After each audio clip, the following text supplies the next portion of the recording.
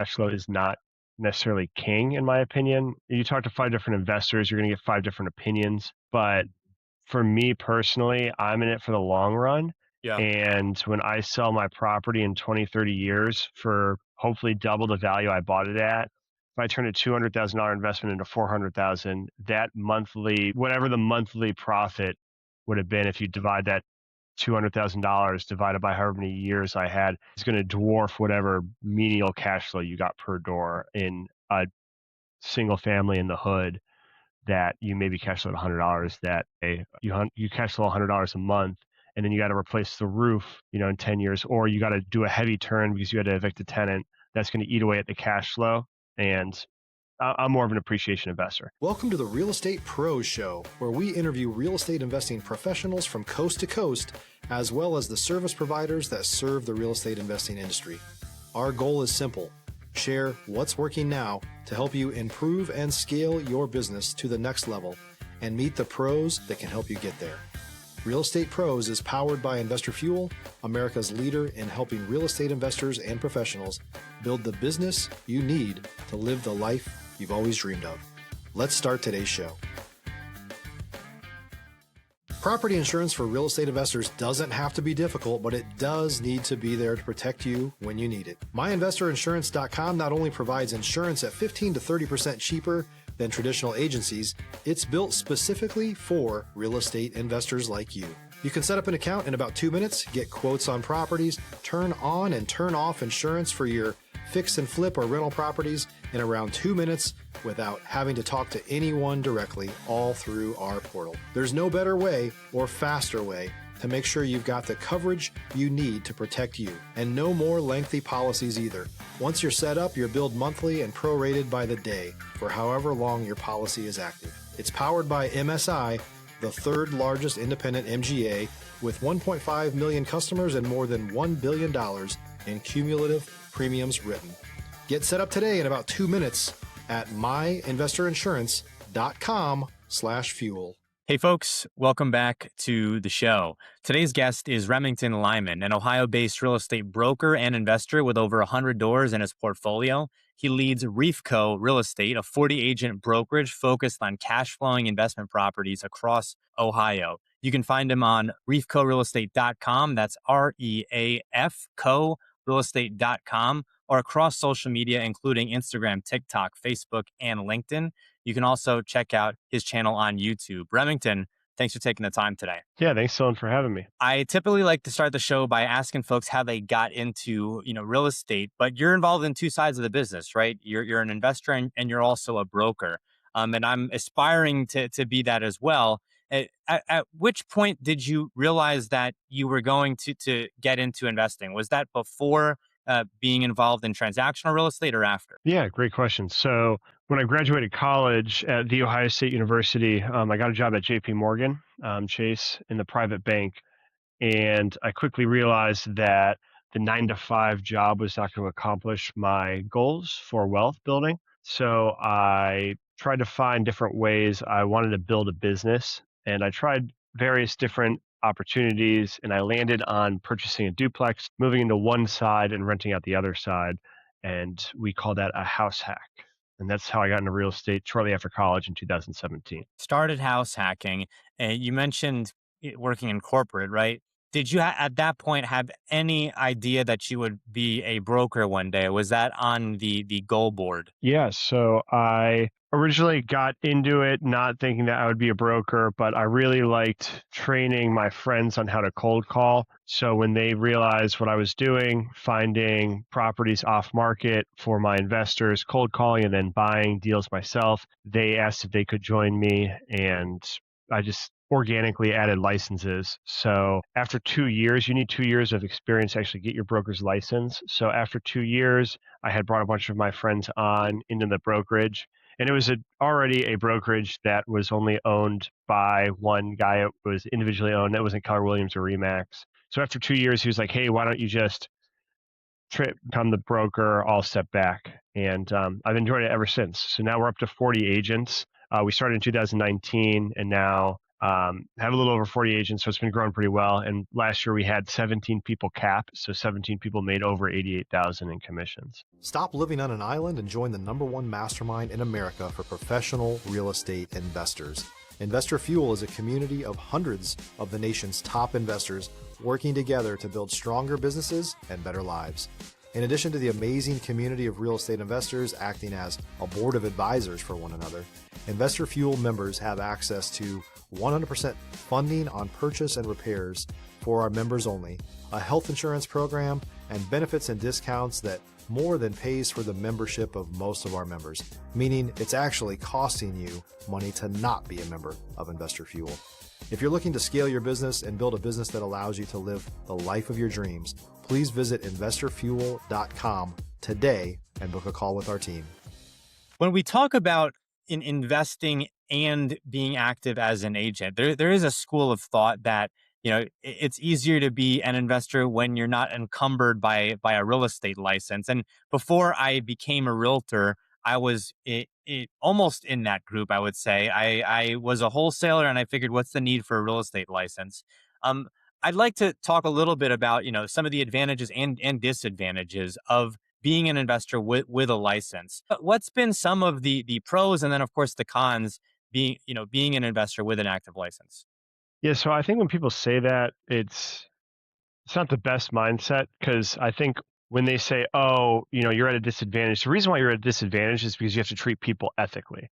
You have to tell people the value of their homes. You can't, we call it equity stealing. You can't call up a grandma and be like, hey, can I buy your home for $100,000 when it's worth $200,000, and then you turn around and you make $100,000 assignment fee. You know, that's when you equity steal from a grandma, and that's extremely unethical. So yeah, if that's a reason why it's harder for you to real estate invest, I don't think you're a very good person to begin with and shouldn't be in the business. Yeah, I mean, hey, that's a solid response. I think, you know, there's a lot of folks who would say that these are two separate games to play. And you've got the investment world, and then you've got the world of brokerage, the world of being an agent. And as a newer agent myself, when I was, you know, going to real estate school, and then my first couple months licensed, I realized that you have investors and agents who stick with working with investors, and then you've got agents who stick with retail buyers. But really, there's more overlap in the two than people would ordinarily be aware of.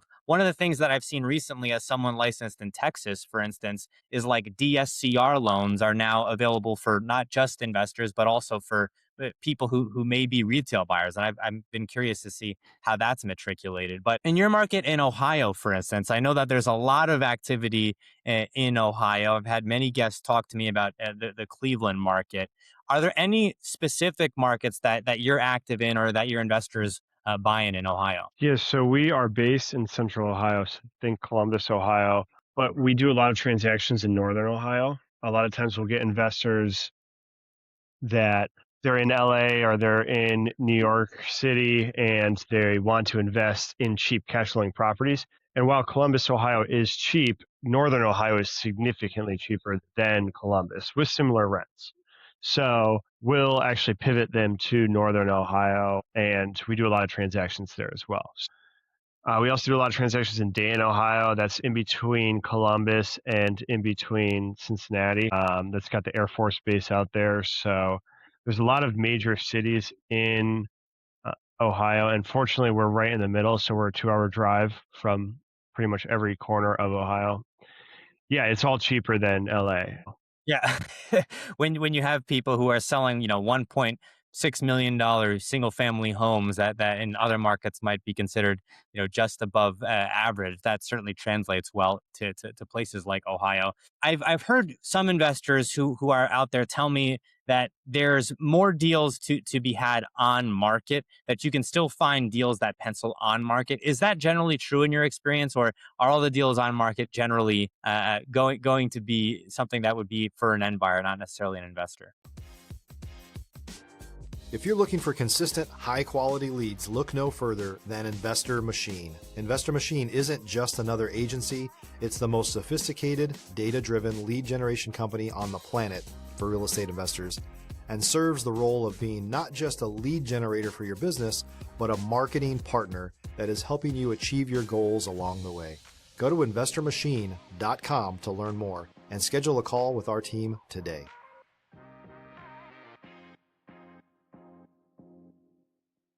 Yeah, I sometimes get clients who call me up and they're like, Remington, I only want off-market deals. And I think they're really just lazy and they're misguided.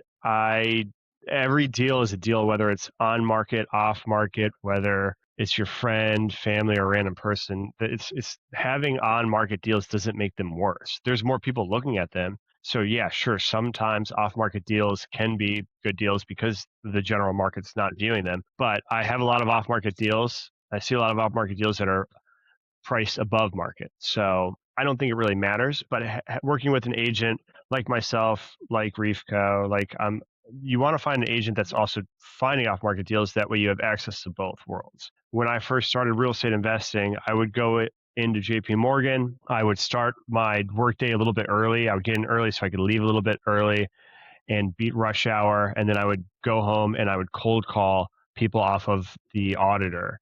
And I would call landlords and I developed off market opportunities. So finding a realtor that has access to that is critical for an investor. Yeah, I mean, when we talk about off-market opportunities, I think there's a lot of people that are in this space, and then with the rise of wholesale, it seems like anyone can get into this space. But then also too, that might mean that people, like you mentioned, might be getting a property under an assignable contract, and it's above where it would pencil at. So just because it's off market doesn't mean that it's necessarily better.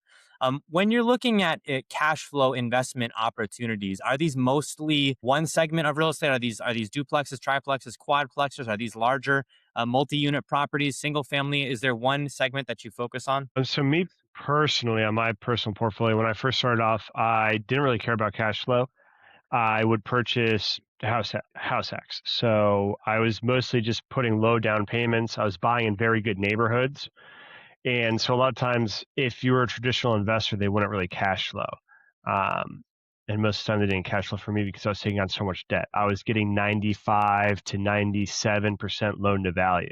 So pretty much the bank was financing the entire property. When I got laid off of my job and went full time into real estate, I started focusing a little bit more on cash flow. I still wanted appreciation. And, over the years, I've kind of realized that cash flow is not necessarily king, in my opinion. You talk to 5 different investors, you're going to get 5 different opinions. But for me personally, I'm in it for the long run.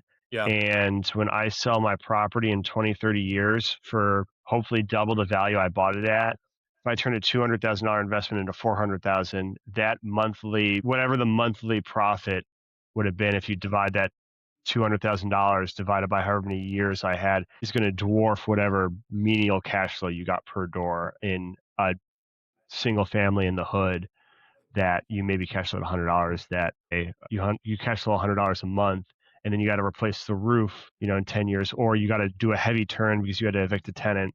That's going to eat away at the cash flow. And I'm more of an appreciation investor. Now I'm more into commercial real estate because I've got over 100 doors in residential. I want bigger deals. I want to be able to purchase, a million or higher deals. I'm focusing on warehouse, retail, office, mixed use buildings that I can purchase at a high dollar price. I can stabilize and then I can cost segregate. So I'm in a high earning income bracket, which means I'm going to get taxed a lot. So I want write-offs, as much write-offs as possible. And if you cost segregate your properties, you can bonus depreciate and you can take more of a write-off in year one instead of depreciating over 28 years. You see a lot of doctors do that strategy as well. Yeah, I mean, I spoke just today with a tax strategist who specializes in 100% bonus depreciation for his clients. When we're talking about the commercial space, you mentioned warehouse, for instance. Right now, because of the rise of online purchasing, there's really a huge need for warehouse space, and it's not just online purchasing. There's a litany of businesses. Shoot, I had a Bitcoin mining company come on the show and talk, about the need for warehouse space in that segment of real estate. When you're looking at acquiring warehouses specifically, Are these typically older warehouses? Is there some level of distress in them, or is the seller, at some point just saying, "Hey, it's time for me to sell"? If you're a new or newer real estate investor looking to launch or grow your real estate investing business, please check out Investor Fuel Club. It's a coaching community, but unlike anything you've ever seen before. And you can actually partner with members of our mastermind from coast to coast on deals right in your market. There's no better opportunity to build a consistent business than to literally partner with pros to help you avoid costly mistakes, avoid the need for capital to do deals, and help you eliminate your fears as you're starting your business. Learn more about Investor Fuel Club at investorfuel.com/club. Yeah, when I purchase, I typically try to find properties that need a lot of renovation. I do all of the renovations with my own crews. I do all the management myself. So I have a competitive advantage over an out-of-state investor that needs more of a turnkey property or needs to rely on a general contractor. So I try to leverage that competitive advantage and purchase properties that need a lot of renovations. Also, in 5 years, when my 5/1 ARM, which is what I typically get on a commercial loan, is up, I can typically refinance it and pull a lot of money out because I've stabilized it, I've increased the rents, et cetera. Now, when we talk about increasing rents in something like the warehouse space, is this a matter of finding higher quality tenants? Is this a matter of annual rent increases, and then also too, what can you really do to value add on a warehouse, right? Yeah, I mean, I try to buy, again, I try to buy things that, try not to swear on this podcast. I try to buy things that are in disrepair. So the last property I bought, it was a warehouse for maybe $700,000. I put $500,000 into it. I did a complete renovation, put fire suppression in there, gutted it, painted it. I mean, it's a 24,000 square foot warehouse. So just painting it costs a lot of money. I put Right. all new roofs in there, flat roofs. So, I mean, you can spend a lot of money pretty quickly. And then, yeah, you get a triple net lease tenant. That way you don't have to pay any property taxes, any maintenance, et cetera. And I signed a 10-year lease on it. So two 5-year terms. And so, yeah, I mean, you just find a property that in a lot of disrepair. If you have a good crew and can stabilize the property well, you can add a lot of value, and that's how you create wealth. And furthermore, you can get commercial banks to fund the renovation costs. And I'm not talking hard money like 12% interest, 6-month loan, like legit commercial local banks. Typically, I'll focus on like a local regional bank to get a good construction loan. And if you get into government financing, if you can get into HUD financing and you got experience, typically you have to partner with a not-for-profit to get the experience the first time around. But there's crazy terms that the government will back. Like I'm talking 40-year amortization, 3 or more year interest-only payments, construction costs, non-guarantee. So, non-recourse. But yeah, people got to start off somewhere, right? So most of my clients start off with 1 to 4 unit rental properties, and then I've been doing it for 9 years. Once they get to year 5, 6, 7, they can start to tap into more of these strategies I'm talking about. Now we are coming up on time here. Where can folks go if they're interested in reaching out to you or your team or any new projects that you guys are working on? Yeah, I'm on LinkedIn, Facebook, TikTok, and Instagram. So most of my handles are realtor_Remington. Email me at remington@reefco.com, and I can drop my contact information in the link. But yeah, I appreciate the opportunity, Dylan. Remington, thanks for your time today. Thanks for coming on. Thanks for joining us for today's Real Estate Pros Show. You can learn more about the amazing benefits of the Investor Fuel Mastermind community, including surrounding yourself with hundreds of other rock stars, 100% financing for your deals, and members-only discounts from vendors you're likely already using that, as a member of Investor Fuel, will save you more than the cost of your membership. Visit investorfuel.com to learn more. If you're interested in joining us as a guest of this show, please visit investorfuel.com/pros to apply. You can also check the show notes for access to free resources, how to get access to world-class lead generation, and much more. Don't forget to subscribe so you never miss another episode. Have a great day. We'll see you on the next show.